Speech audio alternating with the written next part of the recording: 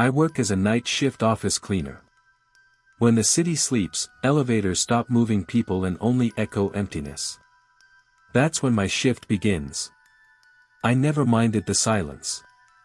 Silence doesn't judge. Silence doesn't ask questions.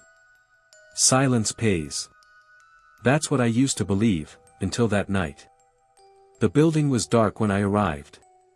30 floors of glass and steel, standing like a giant that had forgotten how to breathe. The security guard barely glanced up from his phone. He never spoke after midnight. I nodded, signed in, and took my trolley. The elevator doors closed too slowly. I pressed 13. The elevator hesitated, as though it was thinking. That should have been my first warning. Floors 11 through 15 were mine. Empty offices, no night staff, just the hum of fluorescent lights and the faint smell of disinfectant. Floor 11 was fine. Too normal. Desks aligned perfectly. Chairs pushed in. Computers asleep. I mopped the hallway, wiped glass walls, emptied trash. My footsteps echoed louder than usual, but I told myself the building was old. By 12:37 a.m., I was done. I stepped back into the elevator. The 12 button was already lit. I frowned. I pressed 13 again. Doors closed. Elevator moved.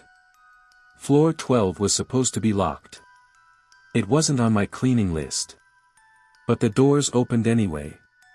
The smell hit me first. Damp paper, mold, something rotten beneath it. The floor was wrong. Desks covered in dust like snow. Chairs tipped over. Papers yellowed, curled. Time felt frozen. Then I heard it, slow, deliberate breathing. Somewhere in the shadows.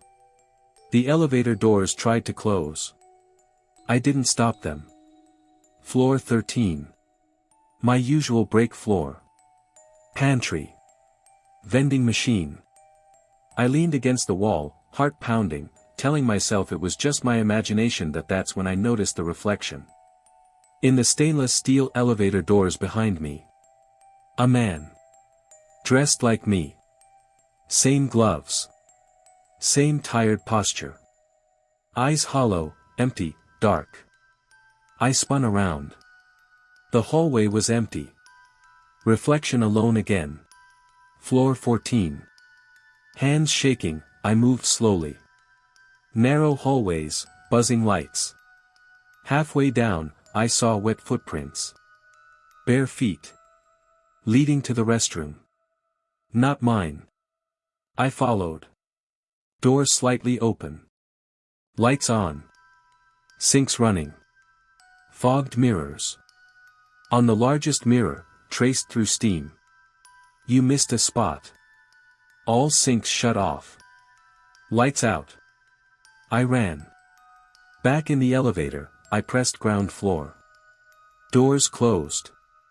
Elevator moved. Then stopped. Between floors. Red light flickered. Phone buzzed. No signal. A notification, cleaning schedule updated. My name. Date, 3 years ago. Status, completed. Elevator moved. Upward. Doors opened on floor 15. This floor didn't exist in the directory. Spotless. Desk in center. Clipboard, my clipboard. Last entry, 12:58 a.m., cleaner reported missing. Assumed left building. Behind me, trolley moved. A voice whispered, "Don't rush. Midnight cleaning takes time." I woke outside, curbside. Dawn. Building silent. Logbook gone. Security gone. I quit. Never went back. 3 nights later. Apartment. 12:01 a.m. Footsteps. Breathing. Water splash. Smell of disinfectant. Footprints leading to my bed. Elevator ding in hallway. Doors open. Button 13 lit. I didn't hesitate. Building.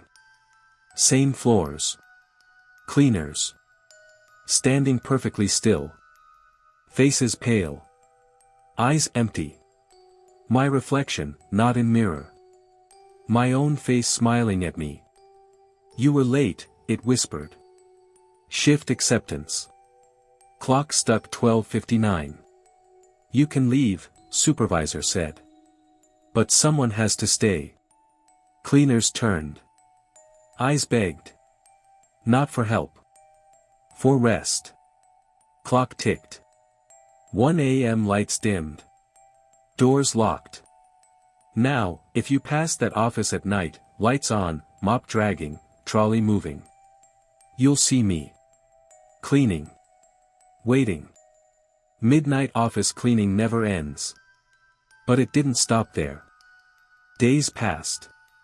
Normal hours, sunlight, the world moving. I tried to ignore the apartment whispers. Tried to forget the red light in the elevator, the strange reflection, the faces staring from nowhere. But every night at 11:59 p.m., my phone vibrated. No calls. No messages. Only a notification, shift pending. I tried to sell the apartment. Move away. Quit my life. Nothing worked. One night, I saw shadows moving outside my window. Figures, silhouettes. Slender, tall, gliding silently. They disappeared when I blinked. I couldn't sleep. The smell of disinfectant filled my room again. Wet footprints appeared on the floor, every night, slightly closer to my bed. I went back. Not for work. Not for bravery. Curiosity. Or maybe the building demanded me. The address appeared in Google Maps without typing. Same building. Same floors. Doors open. Elevator waiting. Floor 13. Cleaners standing like statues. Their eyes, pleading. I moved forward. One of them turned, my face.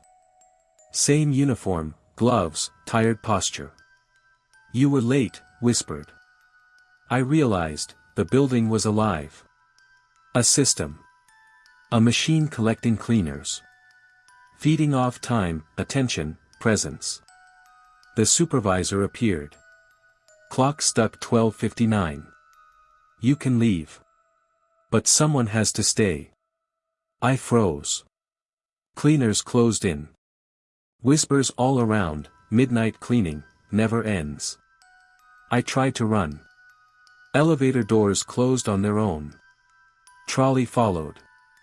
Mop dragging across floors. Bucket spilling water in slow motion. I tripped, fell, hands scraping concrete. Something cold grabbed my shoulder. Another reflection, myself, smiling, cleaning. Not blinking. Waiting. And the clock ticked forward.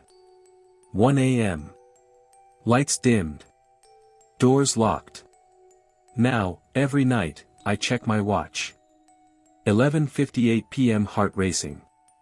The sound of wheels rolling. Mops dragging. Buckets moving. And when the elevator doors open, I step inside. Because someone always misses their shift. And midnight office cleaning, never, ever ends.